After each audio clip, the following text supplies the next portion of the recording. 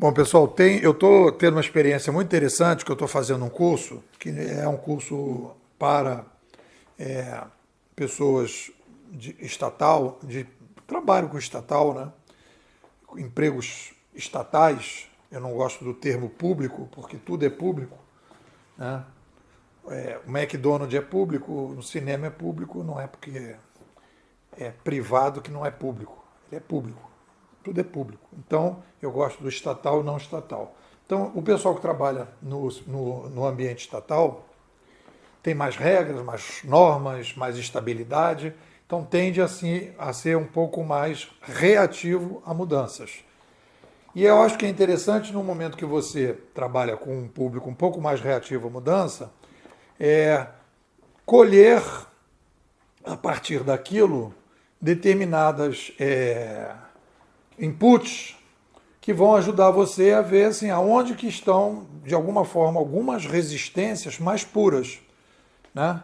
Então, uma das coisas que eu percebo é uma dificuldade muito grande de se afastar do cotidiano. É quase como se fosse uma compulsão ao cotidiano. Essa compulsão ao cotidiano, que eu poderia chamar de obsessão ao presente, obsessão ao hábito, obsessão ao cotidiano, compulsão ao presente.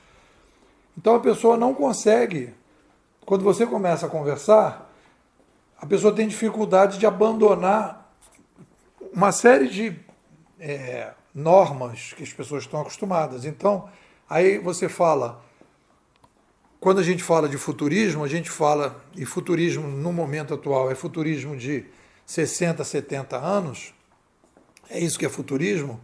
Você está falando de global, você está falando do planeta, você está falando do sapiens, você está falando da macro-história.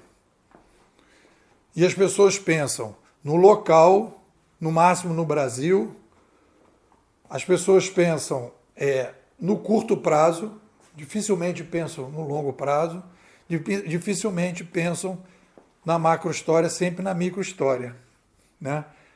Então, tirar as pessoas desse cenário é muito difícil. É muito difícil. Porque o que acontece? A gente está vivendo hoje essa mudança, é uma mudança de DNA civilizacional. O DNA civilizacional, ele tem características que você incorpora, né, que são estruturantes, né, o ser humano estruturante é uma tecnoespécie. Estruturante, como todos os animais, precisa se alimentar todos os dias, né? Estruturante, precisa sobreviver e viver, então tem demandas. Estruturante, cada sapiens é bem diferente do outro, né? Não tem as mesmas, precisa de ofertas diferentes, porque são pessoas com tamanhos diferentes, demandas diferentes dos outros animais. Então tem uma série de coisas que são características do sapo e tem coisas que são novas. Quando você coloca a escrita para rodar na civilização, quando você coloca o avião para rodar na civilização, quando você coloca o submarino para rodar na civilização, quando você coloca o foguete para rodar na civilização, essas possibilidades alteram a espécie. Quando você cria a bomba atômica, você permite que haja uma destruição em massa muito rápida. Então, esse tipo de coisa, ela modifica a civilização global. Ela abre a possibilidade para que em qualquer região, em qualquer situação, em qualquer lugar, alguma coisa que não podia acontecer antes passa a acontecer. Então você tem um novo DNA. Ah, mas todo mundo vai fazer? Não. Todo mundo vai sair jogando bomba? Não. Todo mundo vai pegar um foguete? Não. Mas a gente já pode sair do planeta. Então, você já começa a dizer assim, bom, se 3 caras saíram do planeta e foram para a Lua, o tempo para daqui a um período mais gente poder sair e isso se tornar uma coisa comercial, vai acontecer. É bem provável que vai acontecer. Então o DNA civilizacional mudou. Porque a gente passa a fazer coisas que a gente não podia antes. Eu acho que essa é a dificuldade. Então, quando as pessoas elas vivem essa obsessão do presente, elas não percebem que... E aí quando a gente fala, a gente precisa subir no alto da montanha, depende da mudança. Se por acaso, sei lá, você está numa guerra, né? Você quer saber o tamanho do exército do inimigo, se você pode subir numa montanha para ver, você vai ter a dimensão do exército do inimigo se você subir no alto. Você vai ver todos os batalhões ali, o que vem no primeiro, no segundo, no terceiro. Agora, se você olha e você vê no plano, você não consegue ver o que vem lá depois. Porque você só vai ver os soldados que estão na frente na primeira linha, você não vai ver o contexto. Então, depende da situação. Então, é muito difícil para as pessoas, o desafio inicial para a gente começar a trabalhar, quando a gente está diante de um grupo um pouquinho mais reativo, é tirar as pessoas dessa obsessão do cotidiano. Isso é muito difícil. E aí, quando você começa a falar das coisas, as pessoas sempre vão puxar para o hoje, vão puxar para o local, vão puxar para as questões de curto prazo. Então, uma das demandas que as pessoas me fazem é: eu preciso fazer eu estou fazendo um projeto, o trabalho é governos no século XXI. As pessoas falam, me mostra um caso concreto. Ou seja, a pessoa quer um caso concreto hoje, e a gente está falando do século XXI. O século XXI termina em 2099.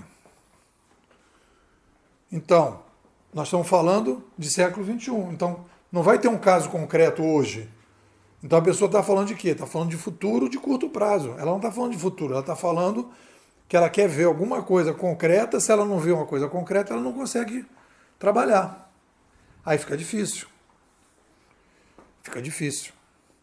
Então, eu acho que esses desafios emocionais são os grandes desafios que a gente tem São os grandes desafios que a gente tem quando a gente está diante de alunos, pessoas, palestras e tal.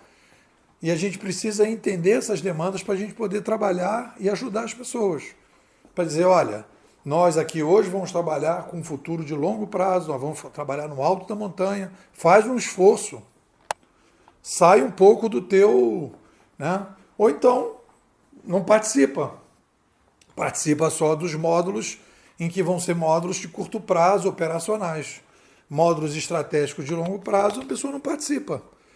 Ela não precisa participar. Ela não precisa se envolver em coisas que ela não gosta. Né? É uma dificuldade da pessoa, e aí a pessoa não vai. Pode ser que tem pessoas que não conseguem mesmo. É um pouco por aí. Bom, olha só. Nós estamos entrando aí já está faltando 20 dias para fechar o mês, e a lembrar a todos os bimodais, né? Primeiro agradecer a todo mundo que já renovou, tive uma primeira leva de renovação muito boa, né? Vamos fazer a imersão, estou chamando agora assim, uma imersão de 6 meses, de julho a dezembro, no futurismo competitivo. Nós temos aí uma nova temporada de formação, as pessoas querem se certificar, muita gente, a maior parte das pessoas quer voltar a se certificar. E aí ganha o diploma da 4ª temporada. Tem gente que já tem o diploma da 3ª, Futurismo Competitivo, 3ª temporada, agora vai ganhar o diploma Futurismo Competitivo, 4ª temporada. Com texto, e agora nós estamos com texto e áudio, estamos com as leituras bimodais 3 vezes na semana, estamos com a atualização da narrativa, a narrativa já tem o material que está sendo trabalhado, né? Quer dizer, a nova temporada é o comentário da 3ª edição, nós já estamos na 4ª edição, na 4ª edição já mudamos algumas coisas e estamos construindo já o trabalho para a 5ª temporada. Então você já começa a receber os conceitos novos que vão ser as ferramentas de trabalho da 5ª temporada de 2021. Então a gente vai trabalhar, tem os grupos, os debates dos sêniors,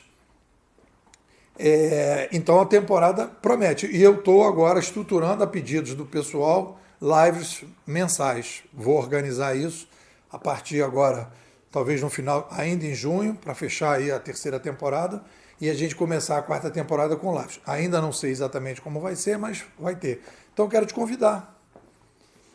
Tem um formulário aí embaixo, fundamental, porque eu estou agora avaliando o que as pessoas acharam, pedindo as sugestões, né? negociando, conversando com as pessoas, batendo papo, para a gente poder fazer uma boa quarta temporada e a gente conseguir superar essa pandemia aí, entrando com toda a força no ano que vem. É isso aí.